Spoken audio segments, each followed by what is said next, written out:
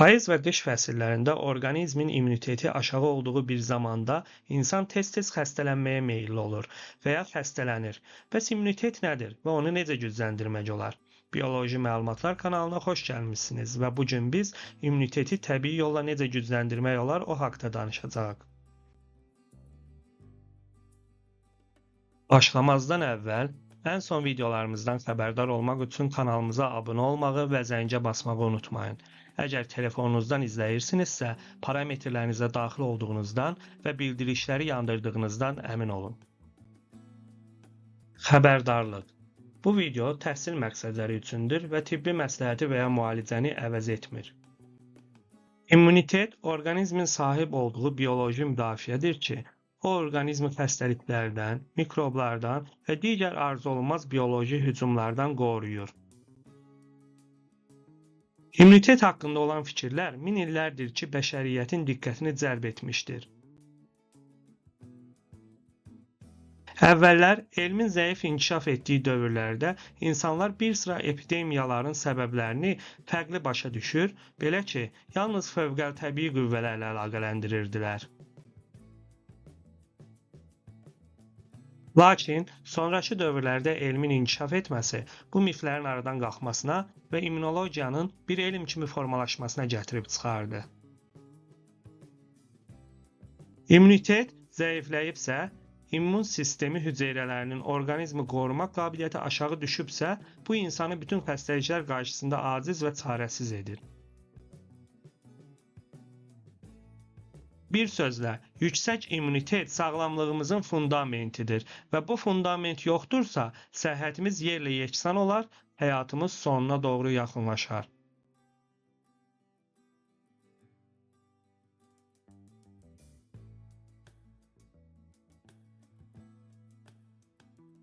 Bir daha xatırladaq ki, immun sistemi insan orqanizmində iki vacib prosesə cavabdehdir. Birincisi, orqanizmi müxtəlif mənşəli infeksiyalardan, virus, bakteriya, mikrob, göbələk və sair kimi qoruyur. İkincisi isə öz işini başa vuran və ya zədələnən, həmçinin qocalmış hüceyrələri əvəz etmə işi ilə də məşğul olur. İmmunitetin bu işlə məşğul olan immunoglobin, zulalı və sair kimi milyardlarla hüceyrəsi var. İmmun çatışmazlığına çox şey səbəb ola bilər. Onlar arasında qeyri-düzgün qidalanma, stres, mənfi emosiyalar, az hərəkətlilik, təmiz havada az olmaq və yuxusuzluq önəmli yer tutur.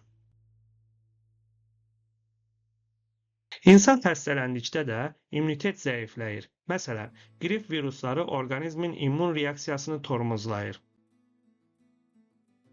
Havanın müxtəlif kanserogenlərlə, kimyəvi maddələr, radiasiya və s. kimi zəhərlənməsi də immun reaksiyaya mənfi təsir göstərir.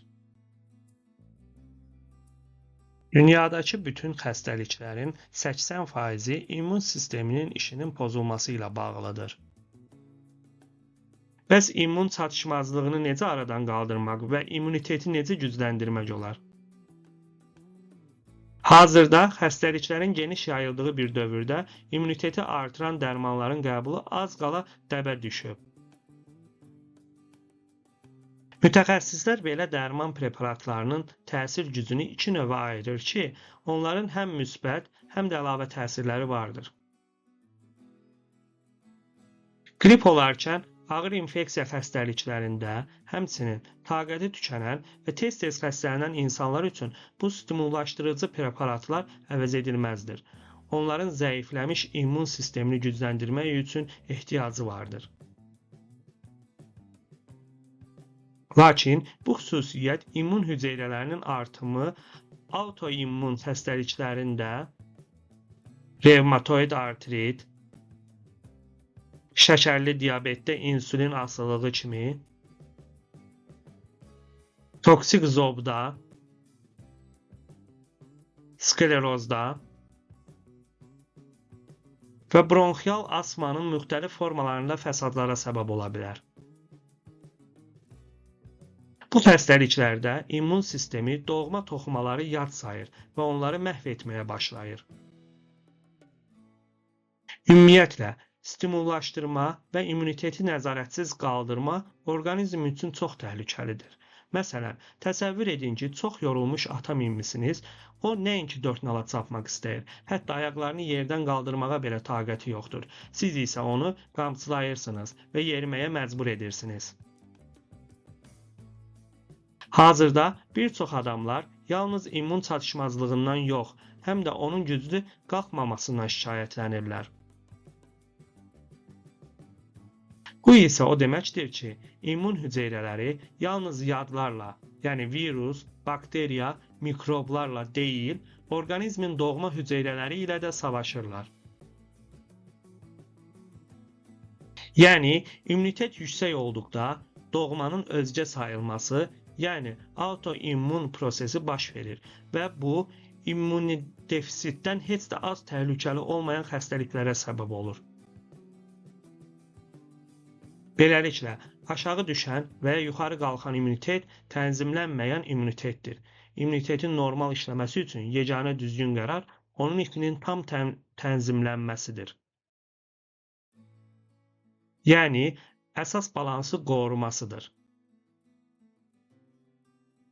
Payız və qış aylarında xəstəliklərə qarşı mübarizə aparmaq üçün həm bitki və həm də kimyəvi dərmanlara daha çox ehtiyac duyulur.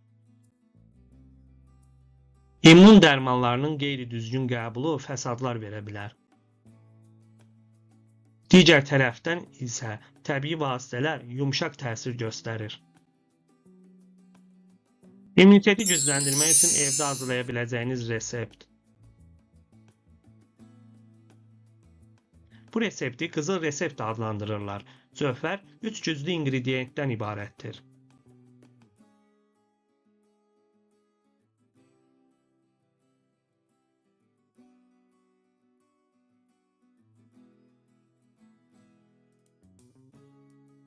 Limon, zəncəfil və sarımsaq. Bitkilərin hər biri özlüyündə çox faydalıdır. Bu haqda digər videolarımızı izləyə bilərsiniz. Amma onlar birləşəndə daha böyük möcüzələr yarada bilir. Limon C vitamininin mənbəyi hesab olunur. Limon orqanizmin ümumi vəziyyətinə müsbət təsir göstərir. İmmun reaksiyaları, mübadilə proseslərini sürətləndirir və eyni zamanda tarazlaşdırır. Zəncəfil təbii antioksidant mənbəyi kimi tanınır. Həmçinin, o, həzm problemlərindən əziyyət çəkən insanlar üçün çox faydalıdır. Və nəhayət sarımsaq güclü fitonsid olub, antiseptik və antibakteriyal xüsusiyyətləri ilə tanınır.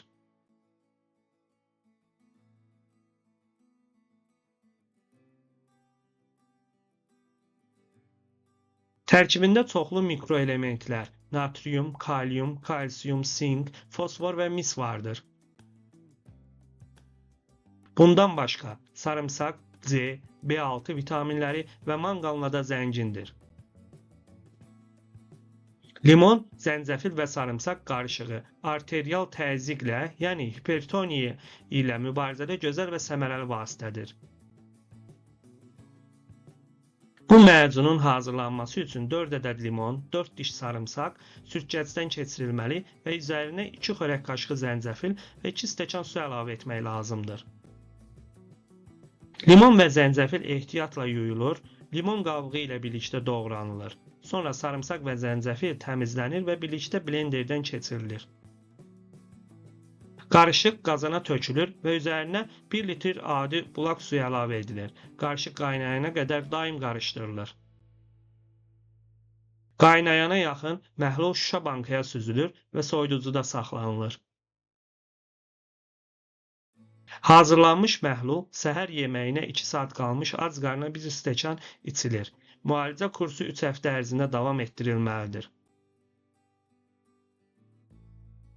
Zövqə görə məhlula bal da əlavə etmək olar. Bu cövhər qan təzyiqini tənzimləməyə, sabitləşdirməyə, ümumi vəziyyəti yaxşılaşdırmağa, immuniteti möhkəmləndirməyə və qısa müddətdə damarları təmizləməyə kömək edəcək.